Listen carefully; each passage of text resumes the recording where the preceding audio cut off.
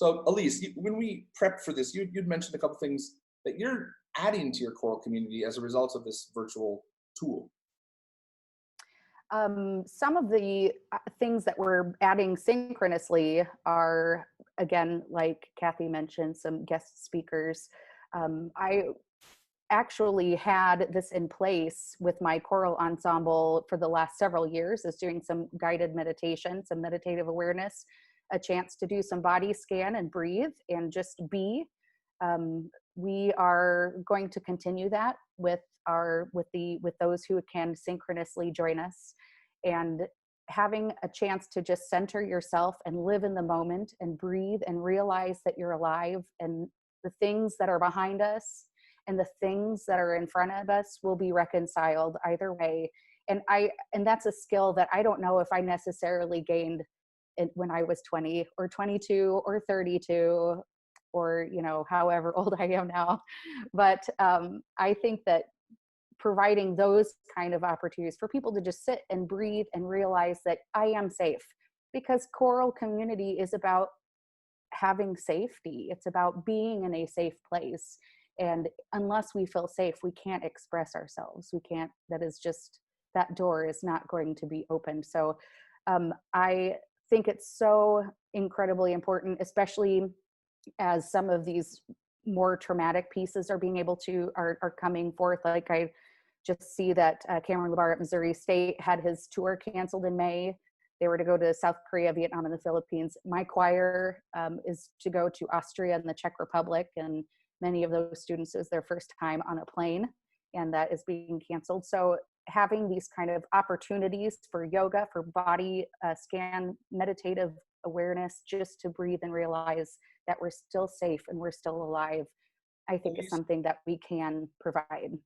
Elise, you'd mentioned to us this book, Practical Meditation for Beginners, 10 Days to a Happier, Calmer You. I've meant to read that. I just can't sit down long enough to read it yet. But can you tell us a little bit about that book? Maybe I should take the time. Yeah, it's as you're putting it in the chat, we'll take you to the Amazon link, a really easy and basic way of beginning meditation. If you have not done it before, it gives you step-by-step way of how to do a body scan, and it gives you areas in which to focus as you kind of move through a meditative process. It's very easy, and if you're saying, I don't buy into that, give it a try. Give it a try. First, do it yourself a few times. Take your aura temperature. How do I feel beforehand? How do I feel after? It really does help with anxiety and grief, and it helps process quite a bit. Highly recommend also it. The script for the 4-minute guided meditation that you actually do in rehearsal. Was that yours? Yes. So you'll put this in the chat, I assume, just really quickly. This is something that I've been working on in my own research for the last several years about its actual efficacy between student behavior and perceived behavior in the choral ensemble. And I've created this 4-minute kind of guided meditation for you to read, and it gives you exactly when to pause, exactly how long to pause if you don't feel like it's something that comes natural to you, but a great opportunity for you to introduce this kind of exercise to your students. I had students that really had a difficult time coming into rehearsal being focused, and this is something that I implemented in every single rehearsal, and immediately it changed the ability for my students to retain and be focused right away. It was quite impactful. Fantastic. Can I say one quick thing, Miguel, which is just to say that some of these things we're listing as opportunities for synchronous classes, where we're all together on the Zoom class, but also these can all be recorded. And so I know that in some of my students' lives, and people who are in different time zones and everything like that, that they may or may not have the chance to sort of tune in synchronously, but that having this even as a recording, people could watch it multiple times if they need. There's sort of an opportunity in that respect too. And that's again speaking to this idea of different types of learning and learners and communicators and communicating. The nice thing is in the asynchronous events, you can choose the speed, the repetitions. If you didn't understand something, you don't have to feel guilty by stopping the class. You just rewind it for yourself. So it's awfully helpful in that regard. Now, Marie, we're talking about a lot of explicit mental health activities. You may have done those, but you've also done some kind of other less obvious things that maybe also contribute to our shared mental health. What are you doing up there in Akron? So I'd like to think that the community we built at the University of Akron is very intentional, very much focused on the sense that we always kind of meditate on this mantra, meditate or yell perhaps, was something I stole from Chris Peterson at Fullerton, which is everything we do together. And, you know, they yell together. And I think, especially after this whole COVID-19 thing happened, the together part was a real piece of grief for them. The together part, also the fact that it's not an option. They don't have the option, and things have been taken away. No concert, no tour like everyone has. So I developed this virtual coffee hour. One, because we all clearly now have this commodity of time that we didn't have before.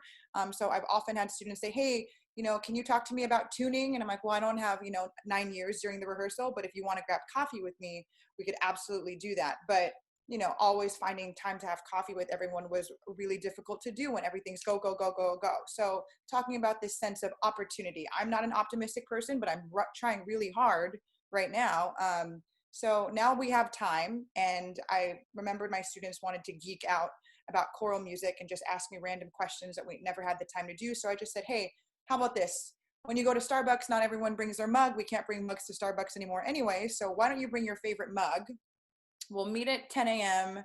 I don't really have the issue of time zones, and it's your option. It's the sense that you don't have to come if you don't want to. And I think that was a really big marker for them, was the fact that right now people don't have the choice as to whether they can go out or not, but they had the choice to come to the virtual coffee hour.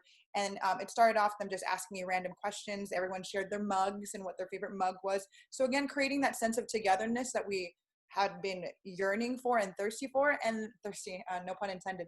And then we started to change it up, right? So I realized before, with a very limited budget, getting all those choral rock stars to meet the students, have the students meet them, have them have a perception of what is out there was really difficult. But now we have Zoom, and we have this opportunity of being able to meet these people. So I've made it now a guest get to have coffee. We're calling it UA's Virtual Cafe, and everyone brings their favorite mug. And we had Jake Runnestead with us, and he was kind enough to do a Q&A, and so many students came. And then Jerry Blackson was with us, and I'm just asking friends. And I think, I know I would be very giving of my time, whoever would be crazy enough to want to hear from me, but just asking our friends to come together and allow the students, again, opportunity that they didn't have before. I was super stoked to see it wasn't just, like Mike had said, just those cult leaders, but it was non-music majors who I've never ever really heard more than 4 words from, and they were just super excited to be there. And we were bringing together people who would have never, because of the clique mentality, come together in a group. So I think trying really hard to find a way to be optimistic in the culture with the technology that we're obviously using. Thank you, Marie. Let's move on to another kind of area of interest. Michael, you spoke at one point about how a colleague of yours there at McAllister and you agree that the school year has this kind of sense, much like a liturgical year. There are these moments, high points, then calm points and preparations and things like that.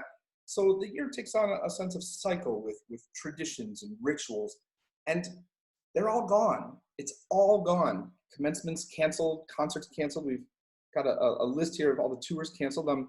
We're focused a lot on this loss. Is there something that we can do, and some way we can think about how the cycles might continue in the virtual learning environment? Well, I think the first thing I would say is that some of them are gone, but not all of them, right? Yeah, just sort of backtracking a little bit, I had a conversation with our chaplain here at McAllister a couple of days ago, somebody who I have a deep affinity for and I trust a great deal. And she was reminding me that college students' lives are based on ritual, right? And routine, and that, the move-in, orientation, auditions, and our work as choral musicians is that way too. We all have our life cycle for the year. Like, you begin with some way, you work towards maybe a holiday concert, you work towards a tour, and then you end with some various activities. And our students really rely on that, and they rely on it desperately because they need that structure. And I think a lot of them probably wouldn't realize it unless you actually prompted it at first. And we as conductors, we really need it too. And now, since the arc of our year has been abruptly cut off, we're left with this, okay, now what kind of thing. I would gather that every single one of you watching today knows that your choir has a series of special, unique traditions. And actually, if you're willing, I would love to know what those traditions are in the chat. But they range from the very mundane to the extraordinarily eccentric, right? And so just a couple examples from my own experience. My seniors every year really take ownership over a very convoluted series of games on the tour bus that we do, like superlatives, like doing a deep dive into each other's social media, trying to play Guess Who Wrote This, writing their own Mad Libs. Choir I used to work with at my former institution had started a limerick contest. And one of the things that my students are now very excited about is we're going to do amongst the several Zoom sessions along the lines of which that Marie has been talking about and inviting various guest artists. I'm turning at least one day over entirely to my seniors so they can perform some of those exercises in whatever way they see fit. And they are very excited about this because they're going to get creative and very, very playful with this technology that they're not used to using. And so that's one manifestation of something that they're already getting really excited about. And I can't wait to see what they use to come up with, because they're going to be much more adept at this technology than I will be, for starters. Another really powerful thing that was part of my own undergraduate experience was the seniors at the end of the year banquet getting a chance to stand up in front of everybody and just talk, reflect for a short period of time about what their participation has meant for them over the past X number of years, and sort of maybe words of wisdom that they have to send on to younger students in the group. And I've been encouraging my seniors to actually record those. And we've started to upload a couple of them to social media, but we're also looking for ways that those seniors can share those reflections internally, either on a Google Drive or in a Zoom session, as well as externally out towards our broader public. So I guess my suggestion would be to, sit down, first of all, with yourself, and then as much as possible with your choir student leaders, and get very specific about identifying what your own special eccentric choir traditions are, especially the ones that would happen this time of year, approaching commencement, and make deliberate room for them in whatever you have planned for the rest of the semester. And then get creative using this technology about maintaining them, because this stuff is really important. Those students, especially those seniors, they take a lot of responsibility to teach that energy to your first years and your sophomores. And if we lose this time at this year, right, that energy is going to be different when we come back. And some of those really fun traditions will, I don't want to say lost, but they'll be adapted. And, maybe that's a good thing, maybe not. But I think while the energy of the students in their minds about the stuff that they want to do with each other is active, now's the time to really step on it.